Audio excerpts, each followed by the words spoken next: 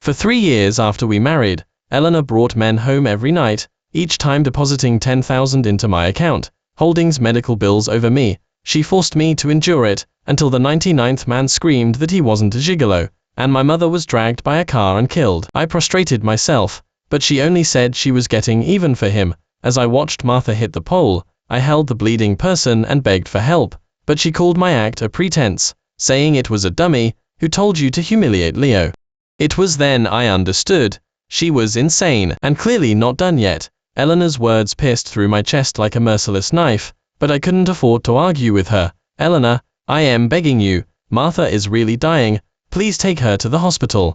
Leo, standing nearby, heard my plea, and grinned mockingly. Eleanor, this old is quite a good actor, crying like this while holding a dummy, he's so good at pretending. Hearing this, Eleanor frowned in disgust, her gaze at me growing even colder. I looked up, my eyes bloodshot as I stared at her. Eleanor, look closely. This is really my Martha, not some dummy. If we don't take her to the hospital now, she'll die. If you have an issue, come after me. Why harm my Martha? Have you forgotten how good she was to you? She's still sick. I held Martha's limp body, crying out hoarsely to Eleanor. Tears mixed with dust streamed down my face, leaving streaks. Eleanor looked at my disheveled appearance, as if she'd been pricked. She unconsciously glanced at Martha's blood-soaked face, freezing for a moment, a flicker of hesitation in her eyes, but the moment she opened her mouth, Leo wrapped an arm around her waist and whined. Eleanor, he's just banking on your soft heart, with his feigned suffering and emotional blackmail. Hearing this, a flicker of disgust crossed Eleanor's eyes, and she looked at me as if I were trash. Enough, Ethan, who are you trying to get pity from? You want to get in the car. Apologize to Leo. As long as he's satisfied, I'll let you off. Apologize. Apologize for what? I suddenly remembered what had happened that morning, and a chill instantly spread through my limbs. It turned out that dragging my gravely ill Martha all night was simply because I had, as usual, signed a check for Leo.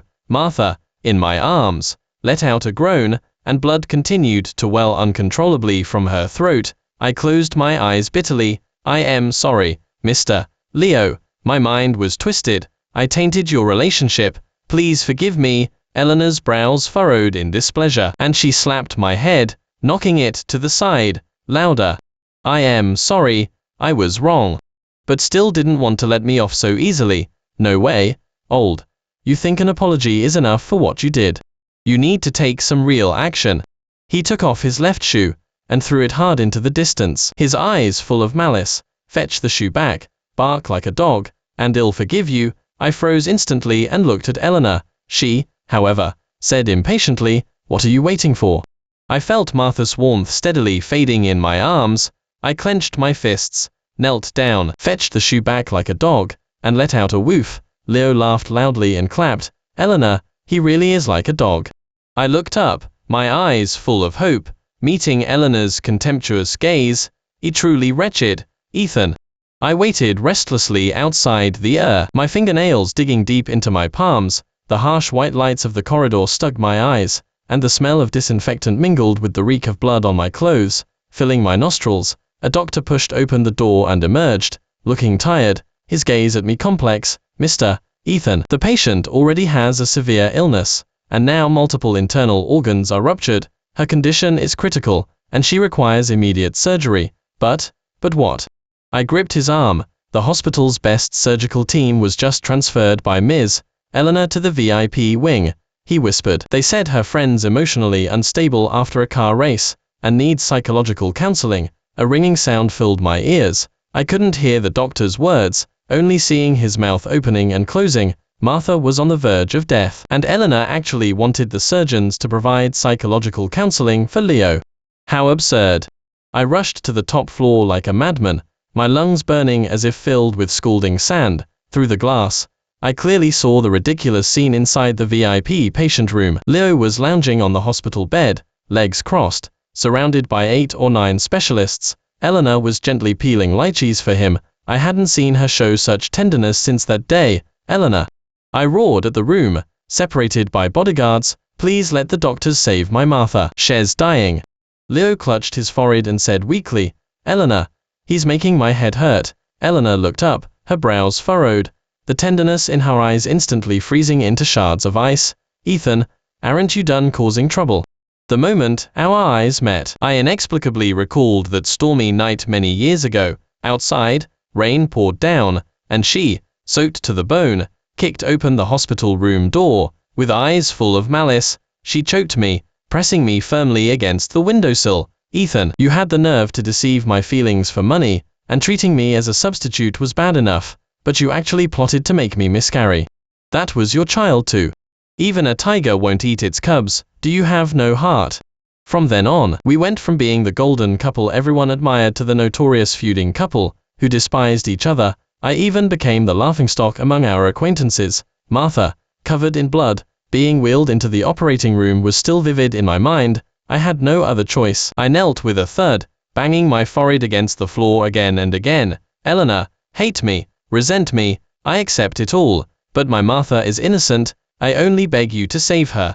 Eleanor had never seen me beg so miserably. She turned her head, unable to bear looking at me any longer. "Go inside and ask Leo, only if he agrees." Leo crooked a finger at me, smiling like a sated cat. "Old, let me show you something interesting." Thinking he finally relented, I stumbled forward and collapsed in front of the hospital bed. He slowly pulled out his phone, his finger swiping across the screen. A video of a silicone dummy being made played on the screen. From modeling to assembly, the dummy lay on an assembly line, passing through various machines, its pale face gradually taking shape. The last frame of the video revealed the full face, strikingly resembling Martha. I froze on the spot. "Doesn't it look like her?"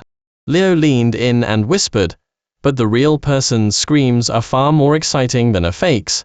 Leo's breath fanned my ear like a venomous snake's hiss. Surprise bonus. Do you know the best part? Your was screaming your name when she was tied to the back of the car. I looked at Leo's eyes, which resembled Eleanor's childhood friends, and the last thread of sanity in my mind finally snapped. I violently grabbed his neck and slammed him against the wall. Eleanor shrieked and immediately ordered the bodyguards to pull me away. She rushed over and slapped me hard, her nails tearing a gash on my face. "Ethan, are you out of your mind?" Just then, a nurse with a pale face burst through the door. "Mr. Ethan, I am so sorry. We did everything we could." My world collapsed. I stared blankly at the nurse, feeling as though I had been ripped from my own body. All surrounding sounds were blocked by a barrier. Only one thought remained in my mind: to see Martha. I forced myself to stand, but after only a few steps, my vision spun. Before my consciousness was completely swallowed, I actually saw a look of panic on Eleanor's face, a face that usually only showed disgust towards me. In my dream, I seemed to have returned to before we were married. I was holding Eleanor's hand, taking her home for dinner. Martha had asked me beforehand what Eleanor liked to eat and prepared a table full of dishes. At the table, she smilingly took off her heirloom bracelet and put it on Eleanor's wrist. "Eleanor, my son is a bit clumsy with words, and as stubborn as his father. Please be patient with him." Eleanor took Martha's hand in hers, blushing. "Yes, it'll be good to Ethan for the rest of my life, and he'll take good care of you with him." "Martha." My consciousness slowly returned, the scent of disinfectant irritating my nostrils. I struggled to open my eyes, remembering the scene from my dream. I couldn't help but tug at the corner of my mouth, revealing a bitter smile. So much for a lifetime. It only lasted 3 years. Just then, footsteps echoed outside the hospital room door. I looked up. It was Eleanor's private lawyer. He expressionlessly handed me an agreement. "Ms. Eleanor's instructions." I opened the folder. Divorce papers. The content was very simple. In summary, I had to admit I was the party at fault and leave with absolutely nothing. If I refused, my only remaining family member would not rest in peace. I looked at the pages full of safeguards and couldn't stop laughing. As I laughed, tears streamed from the corners of my eyes. The lawyer, seeing I hadn't moved, frowned and urged, "Mr. Leo asked me to tell you one thing. Only if you sign, will your Martha be buried in peace. Otherwise." Without waiting for him to finish, I picked up the pen and signed my name decisively. Our relationship began to sour the moment she suddenly received a suicide note from her childhood friend, who was living in the States, and believed its absurd contents. Our feelings for each other started to rot, and this expired marriage should have ended long ago. After the lawyer left, I forced myself to the morgue. The cold drawer was pulled out, revealing Martha's pale face. Her expression was utterly serene, as if she was simply asleep. I couldn't help but reach out and gently stroke her cheek. It was bone-chillingly cold. Tears fell uncontrollably. After so many years of torment, I never expected Martha to leave like this. The air in the morgue carried its own chill, intensifying the throbbing pain in my forehead. Enduring the pain, I signed the release papers, and contacted the funeral home to arrange Martha's funeral. After setting the date for the funeral, I scrolled to the bottom of my contact list, and dialed that person's number. That thing you mentioned, I agree to it. Come pick me up in 2 days. 2 days later, on the day of Martha's burial, I knelt on the cold stone slab in the cemetery, rain dripping from my hair, and lightly hitting the ground. Ethan, how long are you going to keep up this act? Eleanor's voice came from above me, her high heels clicking crisply on the damp ground. Leo stood behind her, holding an umbrella, his face full of scorn as he scrutinized me, as if I were a clown. I ignored them, wanting only to let Martha rest in peace. Seeing that I didn't speak, a flicker of annoyance crossed Eleanor's eyes. Leo stepped forward at the right moment, leaning close to her ear, his voice just loud enough for me to hear. Eleanor, since he loves to put on a show so much, he chuckled softly, why don't we help him out? Eleanor said nothing, her gaze fixed on me. I glared at Leo, my throat tight. What do you want? What do I want? Leo raised an eyebrow, feigning surprise. To help you, of course. Well, help rearrange the grave. Welcome. With that, he raised a hand and signaled to the bodyguards. Dig. The bodyguards immediately stepped forward, their shovels sinking forcefully into the damp earth. I lunged forward like a madman, but 2 bodyguards pinned my arms behind my back, and forced me to the ground, my forehead hitting the stone slab hard. Eleanor. I struggled to look up, rain mixed with blood streaking down my temple. Maya's already dead. Won't you even grant her this last bit of dignity? Eleanor finally spoke, her voice colder than the rain. Already dead. Ethan. Truly incorrigible even now. The doctor just called me when I arrived and said your Martha's condition was stable.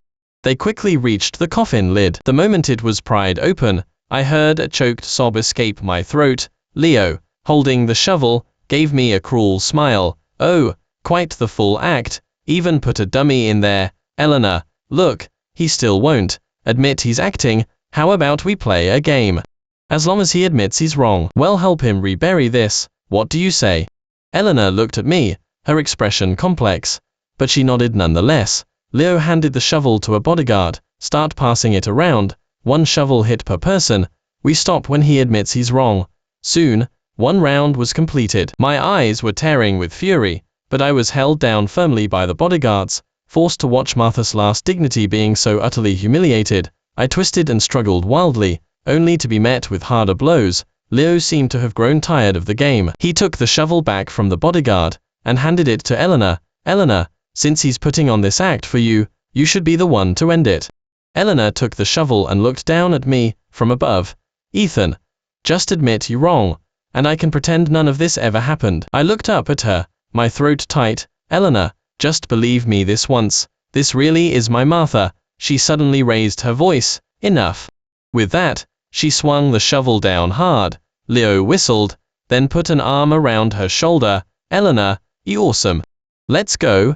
This place is too grim. They turned and left, leaving me alone, staring blankly at the wreckage. I knelt before the open grave, slowly filling the dirt back in, handful by handful, on my face. I couldn't distinguish between rainwater and tears. Just then, an umbrella appeared over my head. It'll help you. On the way back, Eleanor was inexplicably restless. Eleanor, what's wrong? Leo asked with feigned concern. Eleanor looked up at Leo's eyes, which bore a striking resemblance to her childhood friend's, and seemed to find comfort. This was all Ethan's fault. Thinking this, Eleanor suddenly recalled Ethan's distraught appearance from earlier. No matter how far Ethan had gone, his Martha was still her mother-in-law, and had been truly devoted to her at the time. She should go check on her. But after taking Leo back to the mansion, and rushing to the ICU entrance, Eleanor felt her blood run cold. The hospital bed was empty. Her heart lurched. Anxiously, she stopped a passing medical staff member, her voice almost gone. Where is the patient from this bed? The medical staff clearly had a vivid impression of Martha. Oh, that bed. It was quite a tragedy. Who knows what heartless person did it? But the old woman was covered in blood. When she was brought in for surgery, she passed away 2 days ago after resuscitation efforts failed. What? Ethan's Martha was dead. Eleanor staggered, almost losing her footing, and leaned against the cold hospital wall. It took a long time for her to regain her senses. When she did, she immediately rushed back to the cemetery. All traces had vanished. The panic in Eleanor's heart nearly consumed her. The rain drenched her expensive custom suit, but she didn't notice. Eleanor locked herself in the car. She pulled up all the dashcam footage from the sports car that night. In the video, I was kneeling on the ground, hoarsely screaming, "Stop! I will die."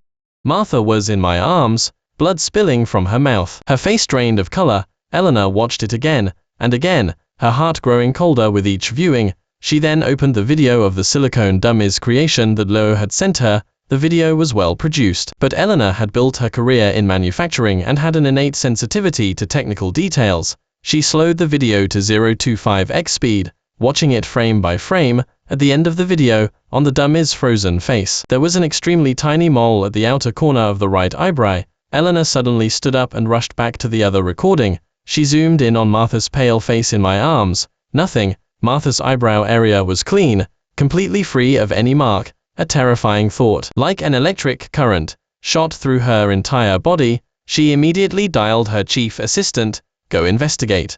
Find a special effects props studio called Phantom, and check all their recent orders." The assistant's voice was hesitant. "Ms. Eleanor, what about Mr. Leo? Are you deaf?" Eleanor's voice suddenly rose, carrying a tremor she herself didn't notice. "Go now." Back at the mansion, Leo saw Eleanor return, looking unusually distressed, and quickly went to hand her water, his tone intimate.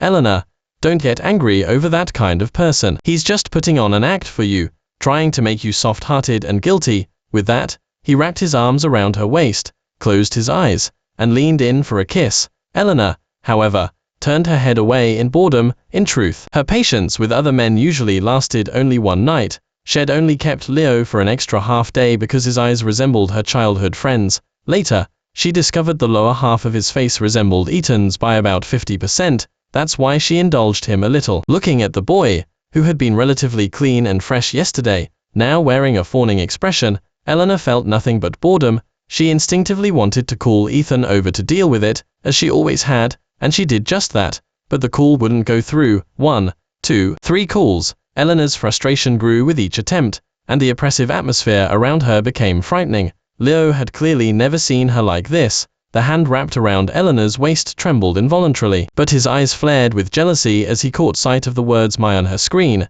He haughtily snatched Eleanor's phone and breathed into her ear. "Eleanor, why are you looking for the old?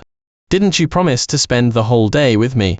Shouldn't we?" Eleanor, whose phone had been snatched, stiffened, and Leo was instantly too frightened to speak. She met the gaze of her assistant, who had hurried downstairs. The assistant nodded at her, signaling that everything had been taken care of. Eleanor pushed Leo away, her gaze fixed on him, her voice hoarse.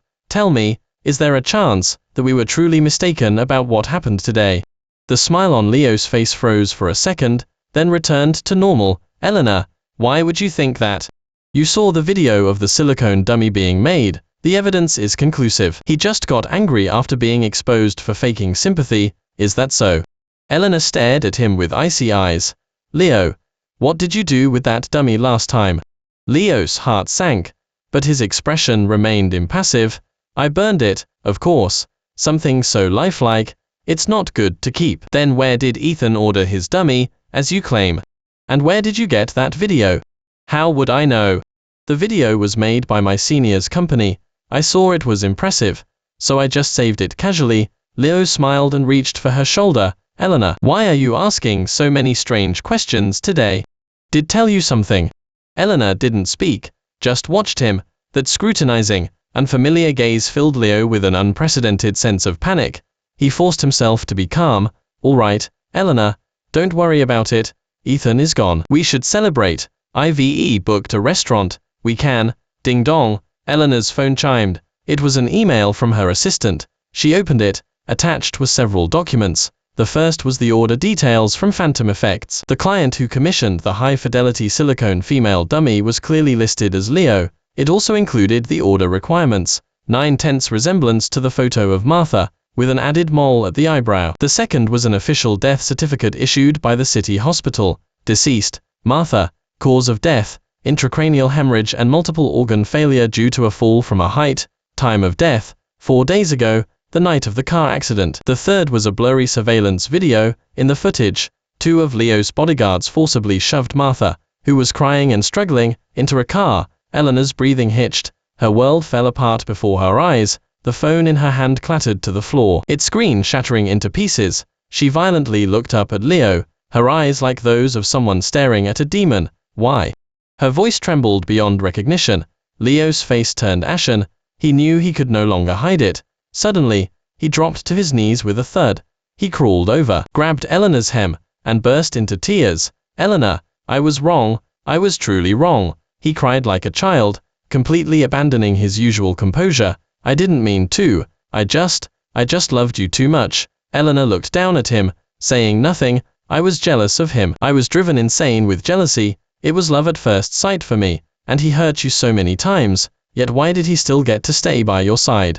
Leo looked up, his face covered in tears. "The day," he said, "his Martha was dying, and in that moment, I was possessed by a wicked thought. I thought, if his Martha really died, he would blame you, and there would be a rift between you two. Then I could truly stand by your side." He banged his head hard against the floor. "Eleanor, I did all of this because I love you.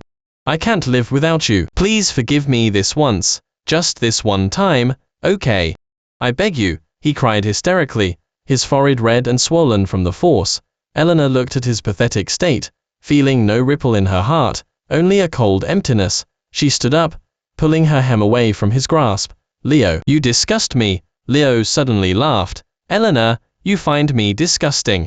What's so disgusting about me? That spot should be mine. The one by your side should have been me. Not that penniless and useless Ethan. He hurt you so much, and I did so much for you. Why does he get to stay by your side? Just because he met you first?" Eleanor looked at him as if seeing him for the first time, continuing to question in disbelief. "That's your reason for murder?" Leo looked as if he'd heard the funniest joke. "I killed her."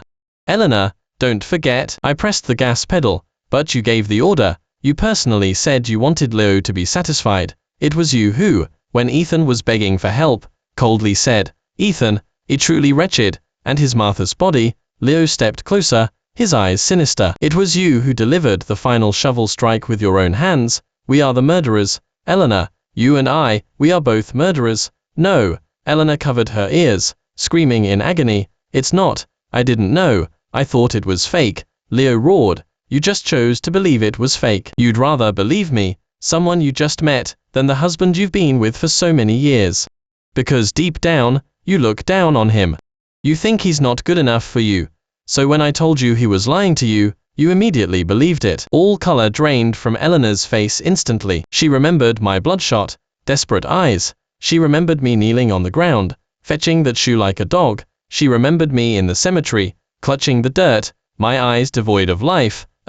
Eleanor could no longer hold it in. She suddenly bent over, dry heaving violently. Her stomach churned violently, but nothing came up, only bitter bile burning her throat. She had killed someone. She had killed her husband's only family member, with her own hands. She had crushed his dignity, his love, and his entire world into the dirt. This realization instantly plunged her into an inescapable hell. Eleanor felt as if she was back on the day she'd found her childhood friend's suicide note. Leo said triumphantly, "You don't know, do you? The agreement you sent with the lawyer was replaced by me, with the divorce papers. That wretch Ethan has already signed it." She stood up, steadying herself against the wall, and looked at Leo with icy eyes. "Someone, tie him up, and throw him into the basement. He stays there until Ethan is found." As she spoke, several bodyguards emerged, pinning Leo down and dragging him out. Leo shook his head frantically, screaming in terror, "Eleanor, you can't do this to me." Eleanor stormed out of the mansion and drove like a maniac back to the family estate.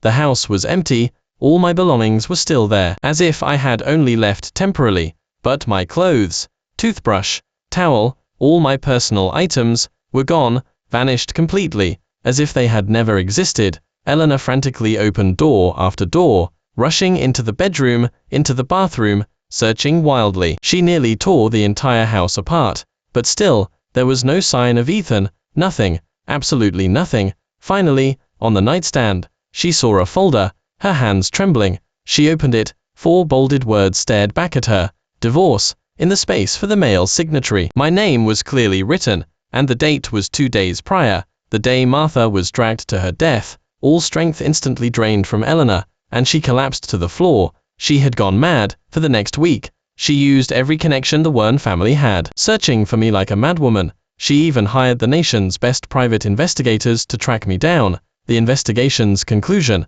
no record of existence. I had vanished into thin air. There was no trace of me in flight records, high-speed rail records, hotel check-in information, nowhere. I had completely disappeared from her world, unable to find me. Eleanor's sanity completely crumbled amidst the daily despair. A wild idea slowly formed in her mind. She wanted to atone, she wanted to avenge me. She wanted Leo to experience the same despair and pain that my Martha had endured. She believed that if she succeeded, if she avenged my Martha, I would see her sincerity, I would believe she truly regretted her actions, and I would return. When opened his eyes, he found himself strapped into a race car. Seeing standing before him, he froze for a moment, then understood. Eleanor.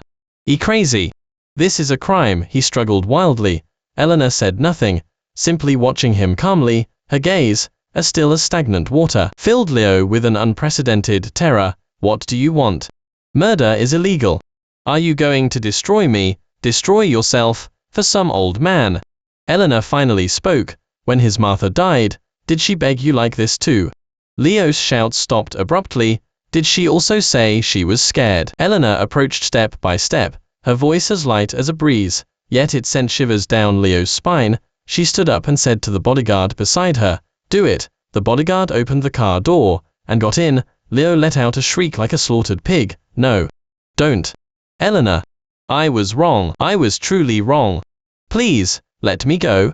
As the car sped up, Leo's face turned white with terror, and he soiled himself. He watched helplessly as the ropes binding him loosened, and on a sharp turn, he was violently flung out by the immense centrifugal force. A tremendous crash, and then utter silence. Eleanor turned and walked away without looking back. I had no idea about any of this happening back in the States. After's funeral, Melody took me abroad to clear my head. In college, she had pursued me relentlessly. Everyone knew that the prettiest girl in the music department was in love with the poor boy from the computer science department, but I rejected her. My mind at the time was entirely focused on working part-time to pay for my studies and taking care of Martha. It was through working part-time to pay for my studies that I met Eleanor, who pretended to be from a humble background to get close to me. Then I fell in love and later married her. Melody came to our wedding, her eyes red, but she still smiled and wished me well, telling me, "Ethan, I don't care why you married her. I'll tell you just one thing,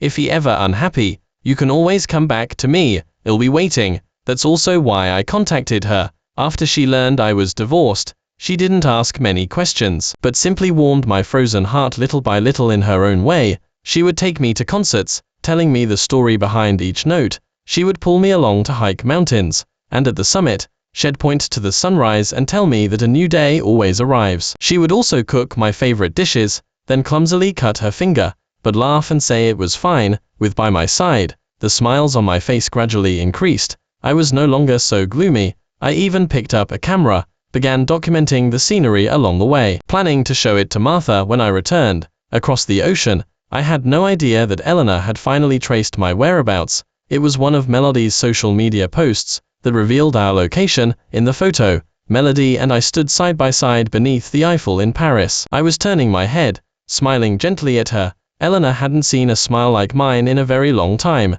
Jealousy and panic gnawed at her heart like venomous snakes. She immediately booked the earliest flight to France. She was going to find me, to tell me that she had already avenged Martha. She was also going to take me back. The plane landed in Paris. The first thing Eleanor did wasn't to look for me, but to walk into a tattoo parlor. She pointed to the left side of her chest, over her heart, to 3 words here. "What words?" the tattoo artist asked. "Ethan." A sharp sting came, but Eleanor didn't wince. She watched my name being etched onto her skin, stroke by stroke, and smiled contentedly. She felt it was proof that her love for me was bone deep, etched forever. After all that, she went to a department store and bought many gifts, everything related to our time together. When we were in love, she packed these gifts into her suitcase like precious treasures. She believed that once I saw them, I would understand her feelings. Following the address provided by the private detective, she found the place Melody and I was staying in Paris. It was a beautiful apartment,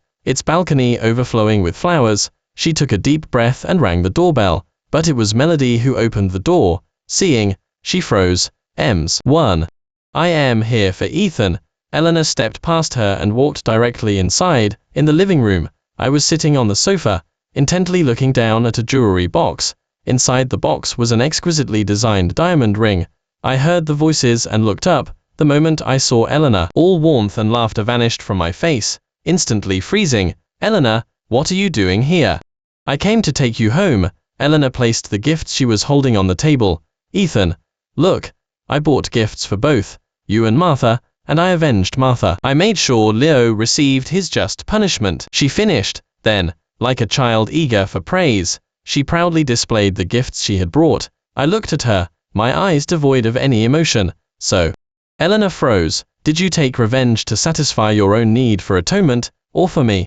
I stood up and slowly walked over to her. "Eleanor, did you ever ask me before doing all this?"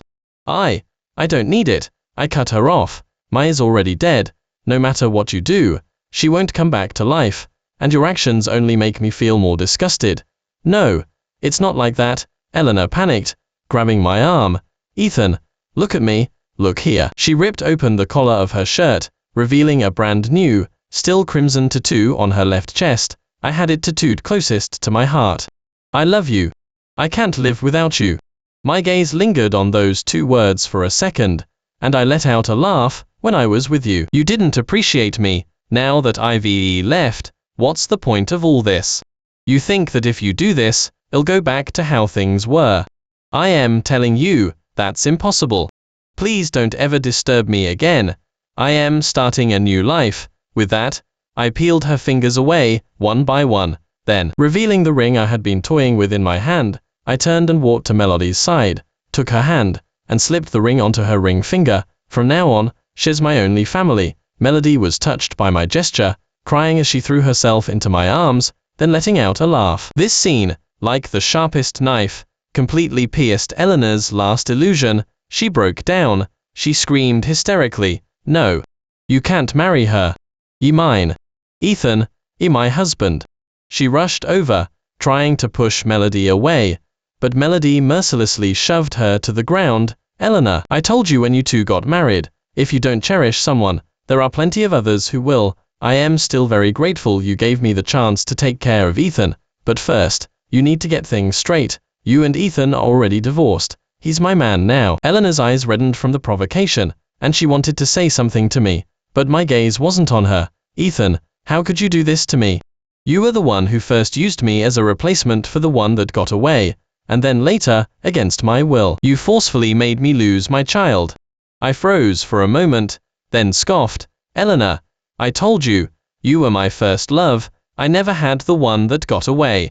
As for the child, we were together for 7 or 8 years. I know your personality. Once you realized you'd misunderstood me, you'd surely investigate everything thoroughly, so what are you pretending?" At my words, Eleanor froze instantly. She said bitterly, "I am sorry, Ethan. I was wrong. I believed others' lies and misunderstood you.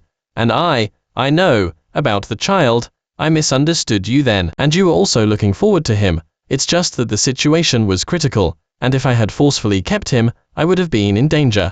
Why didn't you explain yourself?" Hearing that last absurd remark, I was left speechless, laughing grimly. Here goes again, always turning it into my fault. Even her misunderstanding of me, she attributed to my lack of explanation. But back then, even when I wanted to explain, she wouldn't listen. I didn't want to deal with her anymore. "Just leave." As the words left my lips, she suddenly scrambled up from the ground, rushed to the kitchen, grabbed a utility knife, and pressed it against her neck. "Ethan, if you don't come with me, I'll die right here in front of you." As she spoke, her hand tightened around the knife, and blood slowly seeped out. I held Melody back, watching her expressionlessly. "Go ahead." With that, I pulled out my phone, and dialed the police. Eleanor stood frozen, clutching the knife. She hadn't expected me to be so cold towards her. She had thought that everything before was just to provoke her. After all, in the past, if she even scraped a bit of skin on her finger, I'd feel terrible for hours. After we got married, I couldn't bear for her to do a single chore, let alone cook. It's safe to say that ever since we got together, I truly pampered her like a queen. It wasn't until the police arrived and took her away that she truly realized I no longer loved her. I had truly let go of the sweetness of our past. A month later, Melody and I held our wedding in a small chapel in Paris. As the priest recited the vows, Melody and I exchanged smiles. After the wedding, I took Melody to Martha's grave. Unexpectedly, we ran into Eleanor there. She was dressed in white, kneeling in tears before Martha's gravestone, repenting. Seeing us approach, her eyes red, she offered her blessings and handed me a document. "Ethan, I am sorry, and I wish you happiness." I looked at the divorce papers in my hand, already bearing her name, and said thank you. A year later, an acquaintance told me that shortly after Eleanor returned to the States, she developed severe depression and eventually committed suicide by jumping from a building. There was already no ripple in my heart. The past was long gone. I had already started a new life.